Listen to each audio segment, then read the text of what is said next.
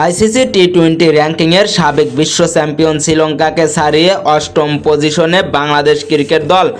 র্যাঙ্কিংয়ের বার্ষিক হালনাগাদে এক ধাপ এগিয়েছে টাইগাররা। শ্রীলঙ্কাকে পেছনে ফেলে 8 নম্বর অবস্থানে উঠে এসেছে টাইগাররা।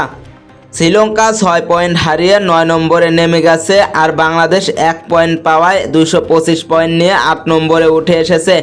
আফগানিস্তান 220 পয়েন্ট নিয়ে শ্রীলঙ্কার ঠিক 1 পয়েন্ট পেছনে থেকে দশম স্থানে আছে। 275 পয়েন্ট নিয়ে শীর্ষ স্থান ধরে রেখেছে ভারত। দ্বিতীয় স্থানে থাকা ইংল্যান্ডের পয়েন্ট 262, 258 পয়েন্ট নিয়ে তৃতীয় স্থানে আছে অস্ট্রেলিয়া। আইসিসি র্যাঙ্কিংয়ের সেরা সাথে কোনো পরিবর্তন আসেনি।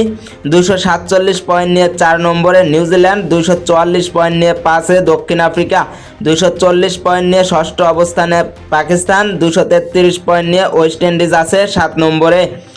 জিম্বাবুয়ে ও আয়ারল্যান্ড যথাক্রমে একাদশ ও দ্বাদশ স্থানে অপরিবর্তিত রয়েছে।